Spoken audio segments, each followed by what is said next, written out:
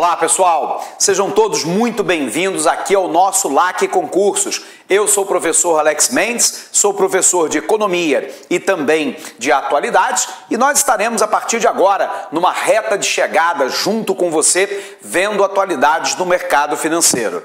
Para a gente falar de atualidades no mercado financeiro, eu quero lembrar que a atualidade do mercado financeiro compartilha uma parte do conteúdo com conhecimentos bancários. Em conhecimentos bancários, por exemplo, você vai entender lá o Sistema Financeiro Nacional no seu subsistema normativo e no subsistema de intermediação. Aqui, em atualidades do mercado financeiro, nos interessa entender a política monetária, a política cambial, a política de taxa de juros, o regime de metas de inflação e, para isso, a gente também vai ter que ver um pedacinho lá do subsistema normativo. Então, não estranhe se você vir conosco aqui a parte do Sistema Financeiro Nacional, que é por onde nós vamos começar no seu subsistema normativo, nós não vamos ver aqui subsistema de intermediação, isso será visto lá pelo professor de conhecimentos bancários, mas aqui a gente precisa entender o Sistema Financeiro Nacional para a gente poder compreender essas várias variáveis que interferem no mercado financeiro brasileiro. Legal? Bom, então primeiro vamos entender, O Sistema Financeiro Nacional, tal qual hoje ele é colocado, ele foi criado dentro do PAEG, o Programa de Ação Econômica do Governo do Regime Militar, que vai de 1964 até 1967. A proposta do regime militar era fazer uma ampla reforma do sistema financeiro nacional, já que o sistema financeiro nacional era considerado extremamente imaturo e, por um outro lado, não dava conta da nova realidade que o Brasil demandava.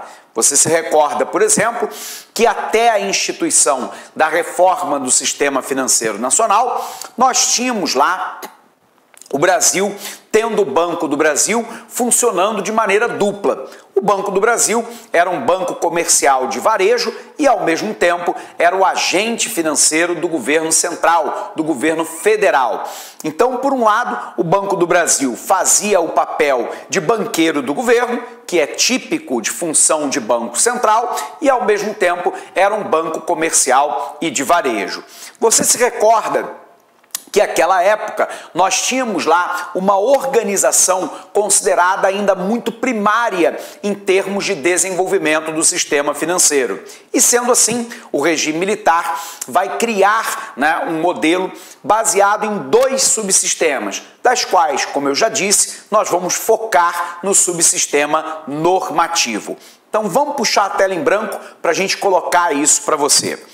Então o que nós temos, Nós temos lá a reforma do sistema financeiro nacional que foi levado a cabo pelo PAEG, pelo Plano de Ação Econômica do Governo, lembrando que o PAEG vai de 1964 até 1967.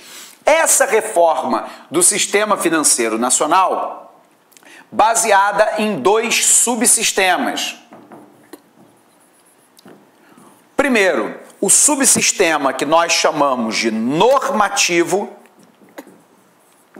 e o subsistema que nós chamamos de intermediação. O subsistema normativo é o que nos interessa. O subsistema de intermediação, que envolve lá as sociedades de crédito, mas também os bancos comerciais, os bancos múltiplos, também o corporate banking e outras mais associações de crédito e de poupança, é matéria lá de conhecimentos bancários. O que nos importa para a atualidade do mercado financeiro é o subsistema normativo. Ora, se ele é normativo, ele vai normatizar, ele vai regular a sua área de competência. Lembrando que a regulação, ela implica em 4 atividades, Primeiro, o poder normativo, que é o poder de império do Estado, de exercer aí uma obrigação unilateral de maneira coercitiva e coativa sobre os agentes econômicos. É o poder de elaborar a legislação, o funcionamento normativo do sistema financeiro nacional. Por um outro lado, ele tem o papel de polícia, de fiscalização do sistema. Cumpre ainda o papel de punição na esfera administrativa e lembrando que no Brasil a Constituição garante a inafastabilidade do Poder Judiciário, o que significa dizer que uma punição no sistema financeiro nacional, na esfera administrativa, por um órgão como a CVM, a Comissão de Valores Mobiliários ou o Banco Central, não significa dizer que não possa haver uma punição na esfera judicial, pelo Poder Judiciário, a quem cabe lá a punição, né, no transitado em julgado, ou seja, onde não cabe qualquer tipo de recurso. Por um outro lado, a gente sabe que cabe ao papel normativo o fomento, o incentivo ao desenvolvimento da sua área de competência. Então, o subsistema normativo, ele trata da normatização, o poder de império em nome do Estado, a fiscalização, portanto, o poder de polícia, novamente em nome do Estado, cabe a punição, neste caso, na esfera administrativa, e cabe ainda o fomento, o incentivo ao desenvolvimento na sua área de competência. Bom, o que nos importa em atualidades do mercado financeiro é tentarmos entender como é que foi estruturado, esse subsistema normativo. Lá em 64, é criado o novo Sistema Financeiro Nacional, tendo lá como base o Conselho Monetário Nacional. E a partir daí, o seu braço executivo, que é o Banco Central. Mais tarde, nós vamos ter lá o Conselho Nacional de Previdência Complementar, tendo como braço executivo a Previc. O Conselho Nacional de Seguro Privado, tendo como braço executivo a SUSEP e mais tarde incorporado a CVM, a Comissão de Valores Mobiliários. Como instituições auxiliares, nós vamos ter o BNDES, o Banco do Brasil e a Caixa Econômica Federal. Lembrando que Caixa Econômica Federal, Banco do Brasil e BNDES não fazem parte do subsistema normativo, são instituições auxiliares do sistema. Legal? Então vamos apagar aqui para a gente poder visualizar isso, Então o que a gente tem? A gente vai ter lá no PAEG, no Plano de Ação Econômica do Governo, a instituição do subsistema normativo. Esse subsistema normativo é composto lá, primeiro, pelo Conselho Monetário Nacional.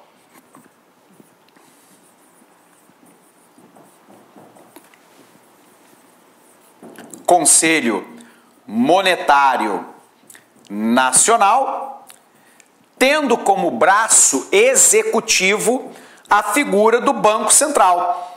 E essa é uma grande novidade da reforma trazida pelo regime militar, porque o Banco Central era uma figura que não existia no nosso país. Ele passa a existir a partir da reforma do Sistema Financeiro Nacional. E com isso, o Banco do Brasil perde a prerrogativa de ser lá o banqueiro do governo. Então eu tenho o Banco Central, chamado de BC ou Bacen. Eu tenho lá o Conselho Nacional de Previdência Complementar, tudo bem que não nos interessa em atualidade do mercado financeiro, cujo braço operacional é a Previc. Eu tenho o Conselho Nacional de Seguro Privado, cujo braço operacional é a SUSEP, a Superintendência de Seguro Privado, que também não nos interessa aqui a priori, e nós temos mais tarde a CVM, a Comissão de Valores Mobiliários. Lembrando lá que como instituição auxiliar, vamos colocar aqui, como instituições auxiliares, que basicamente coordenam o crédito a partir do governo federal, nós temos lá o BNDES, o Banco Nacional de Desenvolvimento Econômico e Social, o Banco do Brasil e a Caixa Econômica Federal. Lembrando com você que o BNDES, ele surge lá no governo Getúlio Vargas, em 1954, com o objetivo de ser o grande agente do governo do financiamento do longo prazo no nosso país. O longo prazo, ele goza de 3 características. Primeiro, o volume de empréstimo é um volume muito alto e com uma taxa de juros significativamente menor do que a média do mercado. Segundo, o prazo de pagamento é um prazo muito alongado, normalmente 15, 20, 30 ou 40 anos ou mais. E por um outro lado, envolve uma maior incerteza na capacidade do tomador de crédito de efetivamente conseguir honrar com o compromisso celebrado. Daí que boa parte, do sistema bancário nacional e transnacional aqui instalado não tem muito interesse em financiar o longo prazo no nosso país. E com isso, nós tivemos uma comissão mista, chamada Comissão Mista Brasil-Estados Unidos, CMEMBEU, que propôs a criação de um banco de desenvolvimento de longo prazo.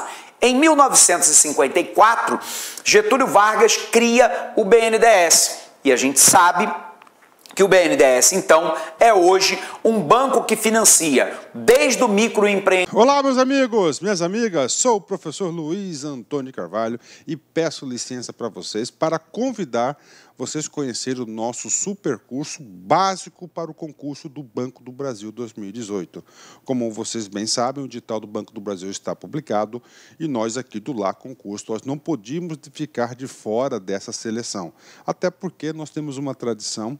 De 2010 até a presente data, nós tivemos oportunidade de atender todos os concursos de carreiras bancárias no Brasil.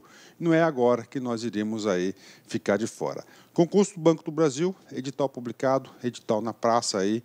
Quero dizer para vocês o seguinte, nosso curso é um curso básico, porque essa seleção do Banco do Brasil ela veio muito diferente.